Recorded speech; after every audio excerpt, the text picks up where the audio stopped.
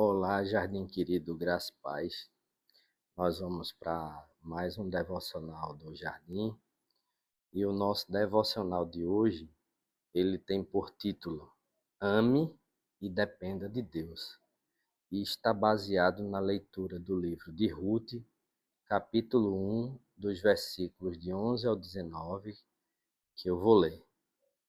E diz assim: Noemi, porém, respondeu: Voltem, minhas filhas, por que vocês viriam comigo? Acaso eu ainda poderia dar à luz outros filhos que cresceriam e se tornariam seus maridos?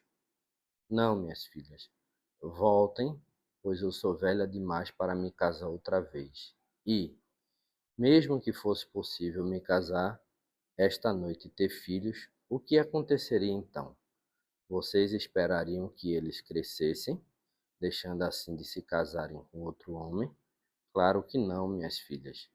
Esta situação é muito mais amarga para mim do que para vocês, pois o próprio Senhor está contra mim. Então choraram juntas mais uma vez. Orfa se despediu de sua sogra com um beijo, mas Ruth se apegou firmemente a Noemi. Olhe, sua cunhada voltou para o povo e para os deuses dela, disse Noemi a Ruth. Você deveria fazer o mesmo. Ruth respondeu: não insta comigo para deixá-la e voltar. Aonde você for, irei. Onde você viver, lá viverei. Seu povo será meu povo, e seu Deus será meu Deus. Onde você morrer, ali morrerei e serei sepultada. Que o Senhor me castigue severamente se eu permitir que qualquer coisa, a não ser a morte, nos separe. Quando Noemi viu que Ruth estava decidida a ir com ela, não insistiu mais. Então as duas seguiam viagem. Quando chegaram a Belém, toda a cidade se agitou por causa delas. Será que é mesmo Noemi? Perguntavam as mulheres. Então, o título do nosso devocional de hoje, como eu falei para vocês, Ame e Dependa de Deus. E traz a leitura do livro de Ruth, capítulo 1, né, e o trecho que nós lemos, porque mostra, né, que após Noemi, né, a sogra, né, de Ruth, ela ficar ali, né, viúva, e assim, né, não haveria mais, né, uma necessidade ali de Ruth, né, continuar seguindo ali a sua história, né? Porque Noemi ela tinha perdido a seu marido e seus dois filhos, né? Então não havia necessidade de Ruth ficar ali, né, seguindo sua história ali junto com a sua sogra. Mas Ruth resolveu acompanhar a sua sogra. Mais do que isso, ela resolveu dedicar ali a sua vida, né, naquele momento a acompanhar a sogra, né, e de certa forma tomar conta dela, né, porque a sua sogra ela tinha perdido ali não só o marido, mas os filhos, e nesse caso a gente vê aí uma história onde uma pessoa que em tese ali sem obrigação, né, para com isso, resolve de bom grado amar uma outra pessoa. E é interessante porque a gente vê aí, inclusive, uma relação entre nora, né, e sogra, e que nesse caso, né, a gente costuma, né, observar que na nossa sociedade existe, né, essa questão de uma certa rixa que é comum a gente verificar entre noras e sogras, né, onde geralmente nem sempre as noras elas se batem bem com as sogras e as sogras se batem bem com as noras, né? E como a gente diz, vice-versa aí. Então a nora, ela resolveu, disse, não, eu vou lhe acompanhar para onde você for, eu vou, o que você resolver fazer, eu vou fazer junto, aonde você morrer, for sepultado, eu vou morrer e você sepultada. E ela resolve fazer isso, mesmo a sogra dizendo, né, que elas estavam liberadas ali, ela e as demais ali para seguirem as suas vidas, né? E, inclusive ainda tenta convencê-la dizendo, veja, mesmo que eu me casasse hoje, tivesse filhos para dar para vocês como esposos, vocês iam esperar eles crescerem, estar na idade de casar com vocês, então não precisa, vocês não precisam mais me seguir. Mas Noemi, ela diz o seguinte, não, eu vou seguir você, independente de qualquer coisa. De certa forma, é mais ou menos, né, o que acontece, né, com a relação entre Deus e nós. Deus, ele nos ama, né, independente de qualquer coisa, mesmo sabendo, né, que nós somos pecadores, ele nos ama, né? A gente costuma, né, inclusive dizer, né, no popular, né, que Deus ama o pecador e abomina ali o pecado, né? Mas isso não é um salvo-conduto para que eu e você a gente continue pecando. Então, o que é que nós podemos dizer?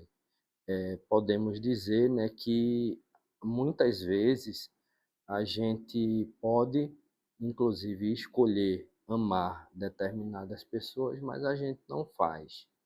A gente não faz como Ruth fez, né? Que escolheu seguir a sua sogra, escolheu amá-la ali, né? Acompanhando ela a, depois de toda a situação, né, de infortúnio que ela passou. E o devocional, ele traz inclusive ele coloca como epígrafe, né, o versículo 14 que diz assim: mas Ruth se apegou firmemente a Noemi, ou seja, ela firmemente, né, ali é de forma rígida, né, de forma decidida, né, de bom grado, né, decisão tomada, né, aquela decisão que a pessoa não volta atrás, né, como a gente diz, prego batido e ponta virada, né. Então, o devocional ele traz aqui uma história, né, de um jovem, né, chamado de Zeca, né, que embora ele parecesse, né, para as outras pessoas assim bem divertido, bem alegre, inteligente, querido, ele comete suicídio aos 15 anos, né? E a mãe dele, ela diz assim: é difícil entender como alguém que tinha tanto a seu favor chegaria a esse ponto. E muitas vezes a gente vê alguns irmãos e irmãs que estão ali bem contentes, né? Você olha e diz, aquela pessoa é a alegria em pessoa. Ela é uma personificação da alegria. Mas às vezes aquela pessoa ela tem uma casca, né, de assim bem alegre por fora, mas por dentro ela está vivendo dilemas que você nem imagina. E como a pessoa ela não está demonstrando ali passar por nenhum problema, a gente meio que despreza assim no sentido de não dar tanta atenção, né, ao irmão ou à irmã que está ali, porque diz, não, irmão, a irmã não precisa de uma aproximação maior minha, porque ali é feliz da vida, banja na alegria, mas às vezes só aquela pessoa sabe o que está passando. E a depressão, o pânico, né, a ansiedade, né, as doenças da mente, elas são um problema muito sério, que afetam todo tipo de pessoa, afetam inclusive pastores e pastoras, afetam crentes, porque durante um bom tempo, né, se havia até aquela questão de que se divulgava aí que crente ele não podia desenvolver depressão porque se ele tinha Jesus consigo, né, o Espírito, né, de Deus dentro de si, o Espírito Santo dentro de si, ele teria ali a alegria e o sustento, né, para não ser acometido por essas coisas. Mas aproveitando esse ensejo para falar um pouco sobre uma situação que aconteceu comigo, né? Eu passei um momento da minha vida, graças a Deus isso se equilibrou, onde eu cheguei perto, né, de desenvolver uma depressão até grave.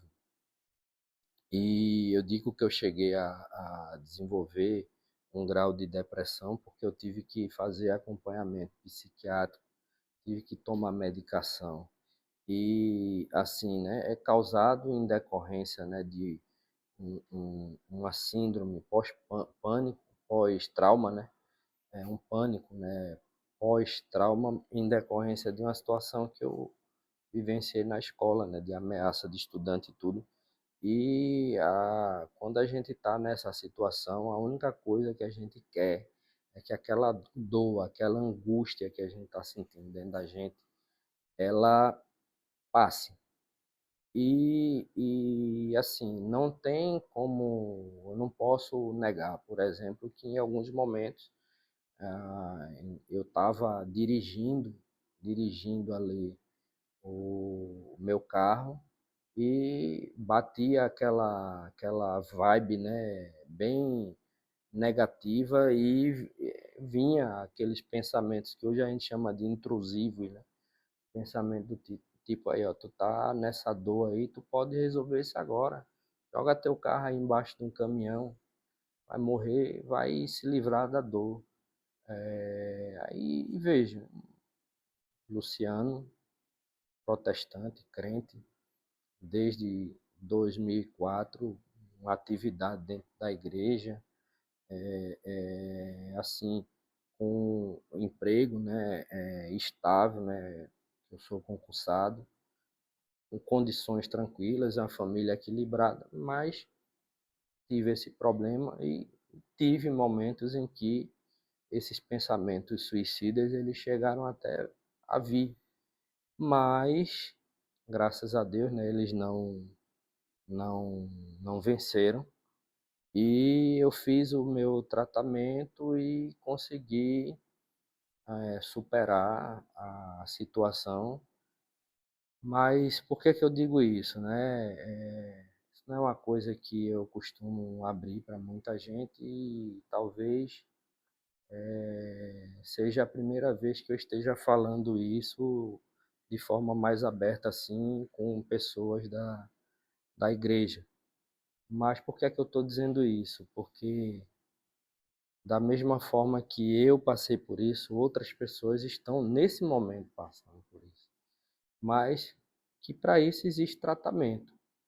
E algumas coisas que a gente aprende é que, tipo, quem está passando por esses períodos, né, de depressão, você vê a pessoa ali, ela bem alegre, de uma hora para outra, ela tá ali como se tivesse caído o mundo sobre ela.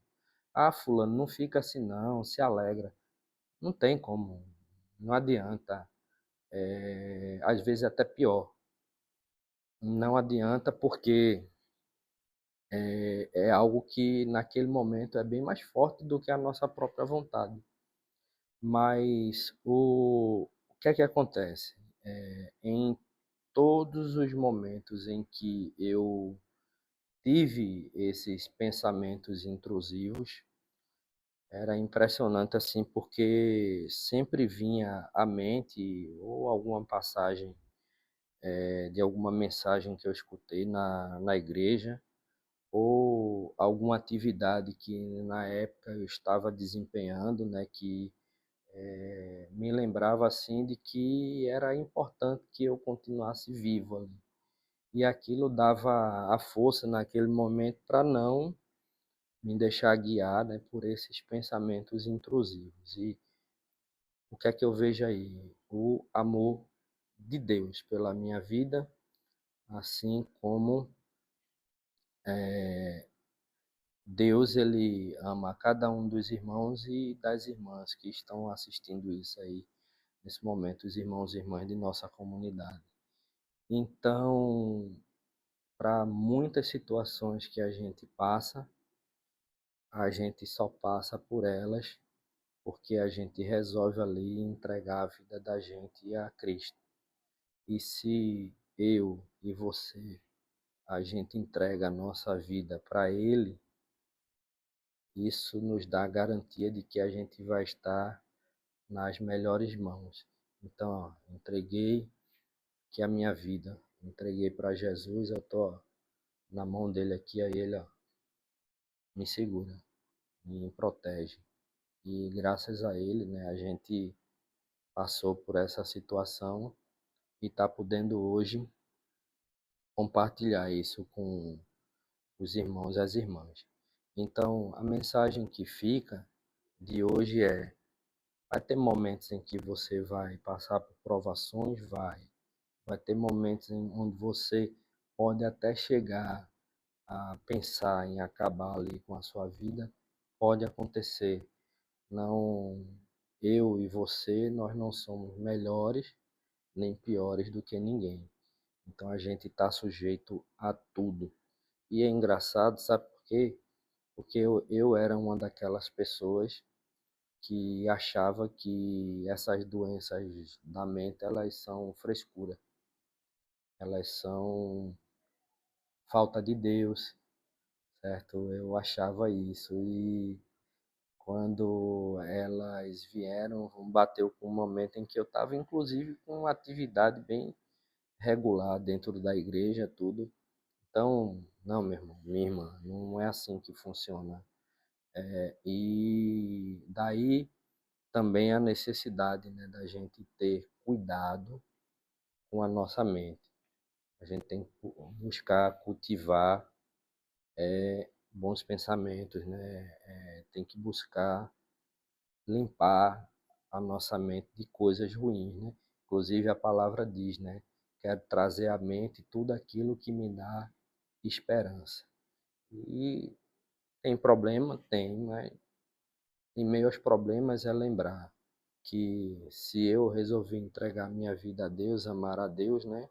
Sobre todas as coisas, amar o próximo como a mim mesmo, se eu resolvi entregar a minha vida para Deus, significa que eu vou estar a partir dali nas melhores e mais poderosas mãos, e nada de ruim vai acontecer comigo sem que Ele permita. Nada, na verdade, nada mesmo, nem de bom nem de ruim, vai acontecer comigo sem que Ele permita. Então, entregue todos os dias, né, a sua vida a Deus, ame e dependa dele, né, como chama aqui o nosso devocional, que tudo vai se caminhar bem. Então, que, como diz, né, no final do devocional, que a gente possa dizer assim, ó, todos os dias: Pai, eu sou grato por teu amor fiel e cuidado por mim. Usa-me para encorajar outros a confiar em ti. Então, do jeito que eu venci, falando por mim, do jeito que eu venci essa situação muito ruim na minha vida, a situação é horrível. Você fica sem força para levantar, você não quer fazer mais nada, por conta de coisas na mente, né? Do jeito que Deus ele me sustentou, ele me resgatou, ele me livrou dessa situação, assim ele pode fazer com cada um de vocês, meus irmãos e minhas irmãs. Então, Pai, eu sou muito grato a Ti, sou grato por Teu amor, sou grato pelo Teu cuidado, pela Tua proteção, pelo Teu consolo, pela Tua orientação constante. Então, que a gente possa, né, repetir isso todos os dias, porque Deus, Ele ama a cada um de nós. Amém? Então é isso. Vamos orar para finalizar o nosso devocional de hoje. Então, Pai, graças te dou por este dia. Graças te dou, Pai, pela oportunidade de estar refletindo sobre a tua palavra no dia de hoje. E graças te dou, Senhor, porque tu me livraste, Senhor, da doença, Senhor, que prejudicava, Senhor, ah, os meus entendimentos em alguns momentos. Tu me ajudasse, Senhor, a superar esse processo que é a ansiedade, a depressão, o pânico.